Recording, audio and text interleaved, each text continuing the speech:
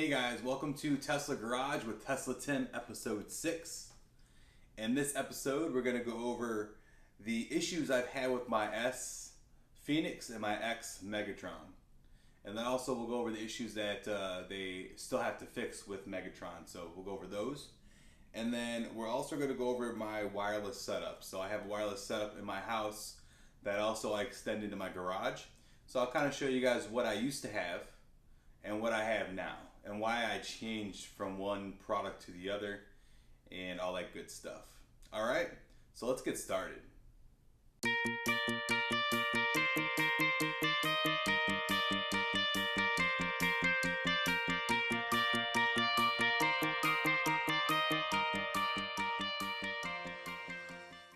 All right, welcome back to the garage. So in this episode, I wanted to go over like the issues I had with the with Phoenix, our S, and then also with Megatron, our Model X.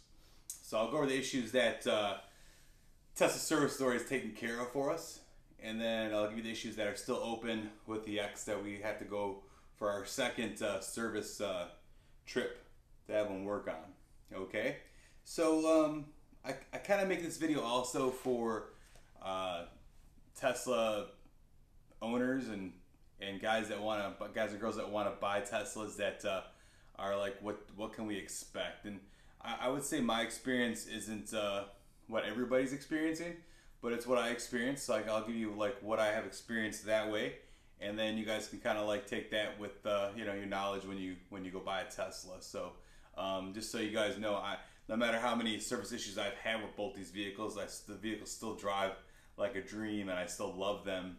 But like every new car out there I've owned, I usually have one or two issues that we have to go through, after you get them. So let's start with the S, and you guys have probably seen this in other videos I've had.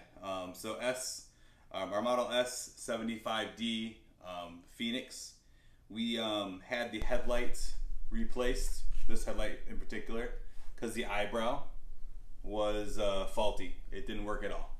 So the front eyebrow of the right headlight was out. So that wasn't a humongous deal, but obviously when you turn your headlights on or you're driving, your daytime lights will come on. That would be missing. So that was kind of a nuisance, and it's a brand new car, so you expect that to work. So Tesla replaced that no problem.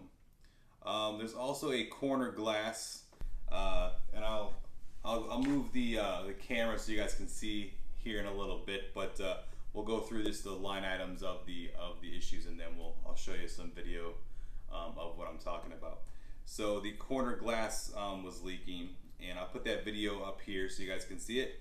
Not the leaking video, but I'll put it up here so you guys see what I'm talking about. So every Model S car, there is a little area in front of the actual window that goes down. It's a little triangle piece of glass. So when we went to the car wash, it would actually leak water in a little bit. So I was kind of concerned about that. Obviously if we got a really bad rain and I left it outside, would it leak as well? So that was another issue that Tesla did fix for me. This is an issue I didn't even realize I had, but when I took my car in to get service, Tesla fixed it for me. Is the hood latch in the front wasn't always latching properly. So the system would register that it was locked, but it wasn't. So they actually were able to replace that for me, which is neat. At one point on Phoenix, the autopilot and all the features that come with autopilot, so the rain sensing, adaptive cruise control, the adaptive headlighting, all stopped working out of the blue. And I was getting an error message basically saying that autopilot malfunctioning, or some kind of autopilot unavailable error message. So, and it said to call Tesla. So they actually, I took it in twice for that situation. And the first time Tesla recalibrated the radar and it started working again. And then stopped working again. And then I took it back in, and they actually found that inside the actual nose cone, the radar receiving unit was actually like busted off the inside. They even asked me if I had gotten into an accident with the car, and I'm like, no, I didn't. So they kind of marked it off as some kind of a defect at factory, and they replaced it, and I've had nothing but good A good experience since then with autopilots. No issues at all.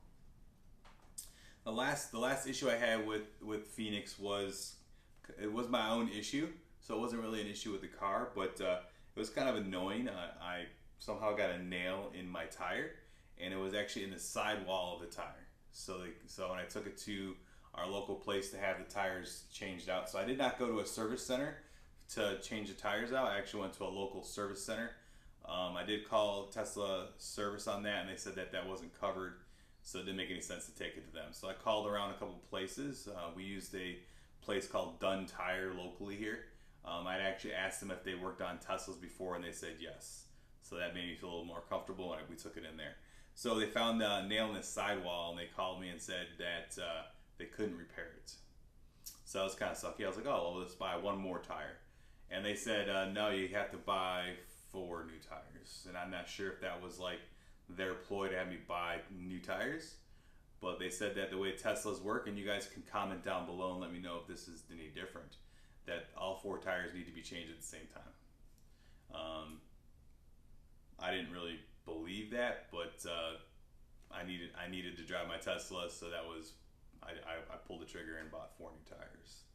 So comment down below on that one. That was kind of, I don't know if that was shady or if that was right of them. I really haven't Googled it too much. I haven't called the service center, but since then the tires have been really good and I haven't had any issues. So that was everything with Phoenix, and nothing but good experiences with the service center with them.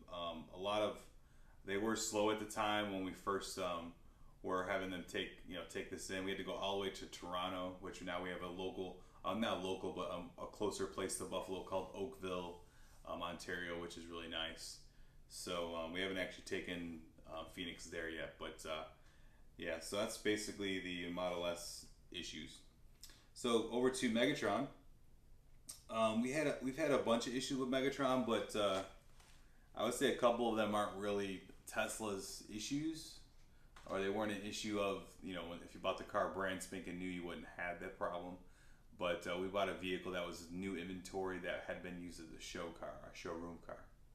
So our first issue we had was as we were sitting down the white leather seats, and I'll show also a picture or a video up here of that.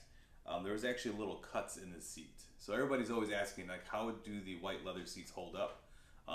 Our seats have held up really good, like no stains, and I haven't had it for a year yet, or even 6 months yet, but so far so good.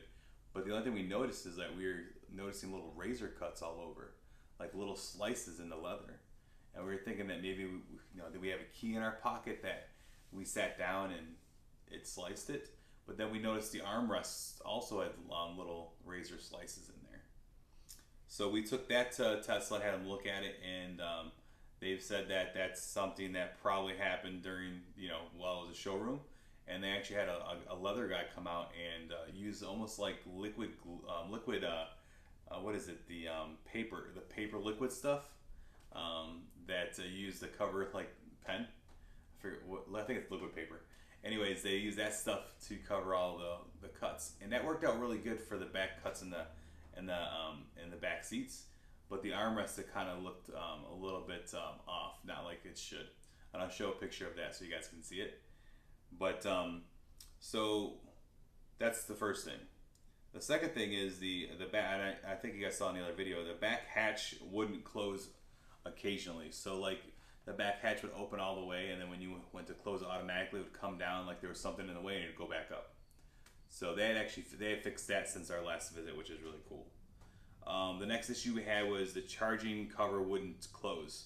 So it wouldn't close all the way. So as it would close, and you guys seen the video too, it would actually close and then it would actually reopen itself.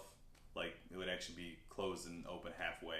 So my fear on that one is if I was to charge and then like thinking it closed all the way and we're driving in the rain, would the rain get in the port, the charge port? And maybe you guys can comment down below on that. Is that okay? Like, is that rainproof inside there? It looks like there's a stopper inside the charge port that actually kind of plugs it up to seal it from rain. So that's my concern. I don't want rain getting in there and kind of ruin the charging system.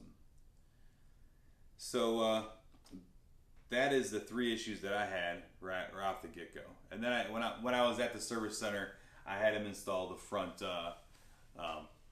license plate cover, which I'll also show you guys a small picture of that so you can kind of see how it turned out. Because I noticed in the forums lately, people are asking, should I even have them do that? Should I put a front bumper on? Should I risk getting a ticket if you're in a state that requires that front bumper license plate? So since then, we've taken this to our first service visit, and you guys had seen the video on that. So I got some more issues, and that we're going to take it back for our second visit. So here's what we got going on. And you've probably heard about this issue on the internet as well, on the forums. Our auto fold mirrors are not working. So our mirrors no longer fold in, and that's actually they're calling it the Christmas bug. So we actually had our car, a couple of our relatives asked to do the Christmas show, and we did it. And then after that, the mirrors stopped working. So that's kind of weird, but that's what it is. So I guess they have an over-the-air update. I probably could call them and have them fix it today if I wanted to, but I'll wait to take it in when they're ready for me. We're actually going to have them replace the armrest. So my wife wasn't happy with what it looked like after they fixed the cut in the armrest. So they're actually ordering new armrest, and that's actually the pieces of leather that actually move back and forth to reveal the cup holders. Those are actually getting replaced. So that's kind of neat. And then I found on my seat, the driver's side seat, that there's actually another razor cut in there that we overlooked. And I'll show you guys a small video of that as well so you can see what I'm talking about. So they're going to fix that. There's also a missing plastic clip on the passenger side. So underneath where your feet go in the passenger seat, there's I think one of the Tesla inventory replaced a bunch of lights, and underneath in the feet wheel well, there's an LED that gets replaced. Well, that's where we're missing a plastic clip. So my wife was noticing when her feet were in there, like she was getting, I think her purse was in that area. She went bent down, and the piece of plastic is hanging down in there. You can also actually just kind of pull it down and look in there and see where that LED light is. So I'm thinking that maybe during because it was a showroom car, maybe somebody got in and got like a piece of clothing snagged on there and popped that clip out. But it's missing, it's not even there. So I'm gonna have them put a new one in there. And then something that's kind of something that I don't know if it's an issue or not, but you guys can let me know. You Model X owners, if you're watching my video, maybe you can help me determine if this is an issue. But we noticed that when you put the driver's side or the passenger side window down, so the window is actually inside the door, then you close the door, slam the door, it actually the glass rattles inside on both doors. And I've tried that with the S, and the glass does not rattle, and we're just afraid that maybe if you slammed it hard enough, or we don't know if the window's out off the track in there or something like that. So we still want the glass breaking. So we're gonna have them kind of look at that.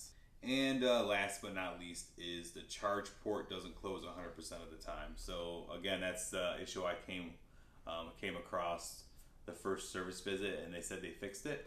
And they did fix the point. I think if you've seen the video, it actually makes a creaking noise and had a hard time opening. So that's actually fixed. It does open every time now. But just closing now, it doesn't close 100% of the time. So we definitely need to get that fixed. So there's a list of all of the issues we've had with the S and the X. And then if you guys have any questions or comments, just definitely comment down below so we can actually figure out whether or not that closing of the door is an issue or not. Alright guys, so the second part of our video is we're going to look at my wireless setup inside my house. So let's go ahead and look at, actually I'm going to go ahead and go over what I was using first. So what my first wireless setup was, and then I'll give you my second, what I switched to make it more reliable. So what I used before, I actually used the Apple products of their Apple wireless products. So I had the Apple Extreme, Airport Extreme, and I also have the Apple Airport Expresses. I had two of the Extremes in my house, one in the basement in my office and one upstairs. And then I had two Expresses, which are like extenders. They can be used as regular wireless routers as well, but I use them as extenders, which they can be used as well. And I had one in my bedroom, which is the second floor, and then I had one in the one of the back rooms, just to kind of cover the whole house. Now I don't have a humongously big house. I don't have like a 5,000 square foot house. I have like a 3,000 square foot, if that. And so I started using the Apple products, and everything was working well at the beginning. But then I had issues where people weren't connecting properly. If older devices came on, things were going slow. So over time, over a couple of years, I had to keep on rebooting my routers, keep on rebooting the wireless extenders, and I had one in the garage. I moved one of the Expresses out in the garage to connect with the Teslas, and my Teslas would very rarely connect. And then I had the Ring video doorbell, which is the stick-up camera version, and that basically was never connecting. I had to keep on restarting that Express. So basically, the Apple products, they worked for a while, but it just seemed like over time they had issues, and I had to keep on rebooting them. So it was just kind of getting annoying. Anybody that came over would connect or have an issue connecting. It would be slow, even though I had like sizzling fast internet speeds. And so I started researching, and I found a really good product that I like. So I went from the Apple Airport product line to I went to Netgear, and I was kind of doing a bunch of research on Amazon, and I went on YouTube and kind of looked through a bunch of videos to see what was the best out there that would really make my, because what I do for a living, software development. I want to be able to do it wherever I am, in my house or my backyard, in my little tiki bar that we have, or whatever. I want to be able to do it and not have to worry about my speed or being able to connect. So I found a neat product. It's called the Netgear Nighthawk X10, and we'll take a field trip, and I'll show you a video of that. Actually, if you look over here in this area, this is the one I have in my upstairs living room right here. And it's kind of neat looking. It looks like a small spaceship. And then I also have one down in my basement as well, on my server rack. And here it is right here, so you can kind of see that as well. It's a really neat looking thing, but they're very expensive. I'll give you the price. I'll flash the price up here on the screen so you can see it. They're not cheap, but because I wouldn't say because it's so expensive it works so good, but from the reviews, and they are pricey, they work really well. So it's the Netgear Nighthawk X10. And the reason they work so good is they have a really awesome processor built in with RAM, so it's like a small computer, so to speak. But they also have different antennas. So I'm not sure if you guys know a lot about wireless, but let's say that you have a really fast computer with a really fast Wi-Fi card in it, and you're going top speed. It's just you on the network, and that's it. That's fine. But when somebody comes into your house with, let's say, a PlayStation 4 or another device, an old Apple product that has an older Wi-Fi antenna built into it, that you normally, on like the Apple products, the Apple Extremes, that'll slow your internet down. So if everybody was going at wireless AC speeds, and then a wireless G guy comes in and connects in, it's going to automatically drop everybody down to that G speed, the slower speed. So with the Nighthawk, they have multiple antennas, and it actually funnels all the older technology to one of the other antennas and allows the other antennas for you to connect at a faster speed. So that's kind of why I purchased it. It's I've had it for about six or more months now, and it's been amazing. And their range is just phenomenal. But I still found, we have a cylinder block house, so I still found that like in the garage, I still was having an issue getting a good signal. So we picked up another product called from Netgear as well, called the EX6400. So I'll show you the one I have here. This one here is upstairs in my bedroom, and it's kind of the furthest one away from the Nighthawks. It's the second level of our house, and I also have one which we'll take a walk around the Tesla here, the Model X. I have one plugged in on my wall over there that you've probably seen when we did the Tesla Garage episode 1. So that's kind of my setup now. So we have two Netgear Nighthawk X10s and two EX6400s, and those four devices single-handedly basically flood my whole house with really high signal internet, and it's just amazing. I'm able to kind of go anywhere, even my backyard. I'm probably able to go by our fire pit in our backyard, which is about 40 or 50 feet away from the house, and still get a good signal and still connect. Guys, so that's the end of our video, Tesla Garage episode 6. You see my wireless setup. You seen the issues I'm having with X and S, and we're taking Megatron, our Model X90D, to get service here in the next month or so. I mean, we're waiting for the armrest to arrive. I guess that's one of a part that's very, not rare, but takes a while to get. So we'll probably chronicle our second service trip down to Oakville, Ontario. But that's our video. If you guys like our content, subscribe to our channel. If you guys like this video, give us a thumbs up. If you guys want to support us, go to patreon.com/TeslaTim. And if you're looking to buy a new Tesla, go ahead and take this link down below and put it in your browser, and we'll give you $1,000 off your Tesla, plus free supercharging for as long as you own that Tesla. Alright guys, till next time, till our next video. Peace.